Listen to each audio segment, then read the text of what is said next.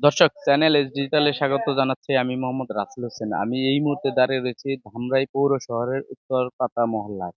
এই মহল্লার রাস্তাটি আমার পেছনে দেখতে পাচ্ছেন, দীর্ঘদিন যাবৎ এই বেহাল দশায় পড়ে রয়েছে। এই রাস্তাটির কাজ আসলেও বছর খানেক হয় প্রায় এই রাস্তাটির কাজ শেষ করছে না। এই রাস্তা বর্তমানে চলাচলের একেবারেই অযোগ্য হয়ে পড়েছে। এই রাস্তাটির পাশে কিন্তু রয়েছে শতবর্ষের যে পুরানো ধামরাই হার্ডিঞ্জ সরকারি উচ্চ বিদ্যালয়, তার পাশেই রয়েছে বেসরকারি যে স্কুল রয়েছে রফিক রাজু আ আ এ ক্যাডেট মাদ্রাসা রয়েছে। সেই মাদ্রাসার কিন্তু এই রাস্তা দিয়ে প্রতিনিয়ত শিক্ষার্থীরা চলাচল করে। বর্তমানে এই রাস্তাটি চলাচলের অযোগ্য হওয়ায় এই রাস্তার কিন্তু বিকল্প রাস্তা ব্যবহার করছে স্থানীয়রা। আমি একটু কথা বলবো এই রাস্তা দিয়ে চলাচলের এইখানকার বাসিন্দা একজনের সাথে। এই রাস্তাটি কতদিন যাবৎ এই অবস্থায় পড়ে রয়েছে? প্রায় ২ বছর। প্রায় ২ বছর এই রাস্তা ভাঙার কারণে রিক্সা চলাচল করতে পারে না, কোনো গাড়ি ঘোড়া চলে না। আমরা রিক্সা মানে উঠার জন্য আমাদের এই যে এই মাথায় আসতে হয় বাসায় থেকে।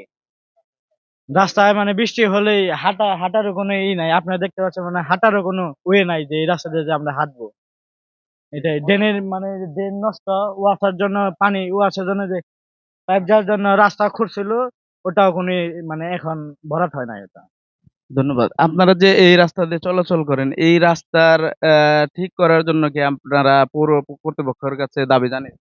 এর আগে জানানো হয়েছিল, ওনারা বলছিল, আশ্বাস দিয়েছিল রাস্তায় আর কি ইটের ইটের যে শুল্ক গুলা ছিল ওইগুলা বিছিয়ে দিয়েছিল। তার পরবর্তীতে তো সরকার চলে গেল, তারপরে আর কোনো পদক্ষেপ নেওয়া হয়নি।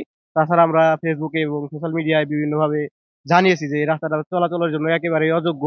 এই রাস্তাটি ছাড়া আসলে শুধু এই এলাকার মানুষ নয়, আশেপাশে বরাতনগরের মানুষ, তারপরে আপনার উত্তরপাতার মানুষজন এই রাস্তাতে চলাচলের একদম পুরোপুরি অযোগ্য। আমরা দাবি জানাই ইউনো মহোদয়ের কাছে, জানি তাড়াতাড়ি রাস্তাটার কাজ সংশোধন করে মানুষের চলাচলের উপযোগী করে তুলুন। ধন্যবাদ। শুনছিলেন ভুক্তভোগীর কথা। আমরা আ এই বিষয়ে যে পৌর কর্তৃপক্ষ রয়েছেন বর্তমানে প্রশাসকের দায়িত্ব পালন করছেন উপজেলা নির্বাহী কর্মকর্তা মামুন আহমেদ, অনেকের সাথে কথা বলেছিলাম। তিনি আমাদের যেমনটি জানিয়েছেন যে ৫ই আগস্টের পর সরকার পরিবর্তনের পর যে এই রাস্তার যে ঠিকাদারগুলো ছিল তারা কিন্তু পালিয়ে যাওয়া এই রাস্তাটির এই বেহাল দশায় এখন পড়ে রয়েছে। আ তিনি যেমনটি জানিয়েছেন এই রাস্তা অ্যা ঠিক করার জন্য কিন্তু ইতিমধ্যেই তিনি বাজেট সহ উপরে কিন্তু চিঠি লিখেছেন। তিনি বলছেন যে বাজেট আসলেই এই রাস্তাটি দ্রুত মেরামত করা হবে। এই ছিল আমার কাছে উত্তরপাড়া থেকে সর্বশেষ।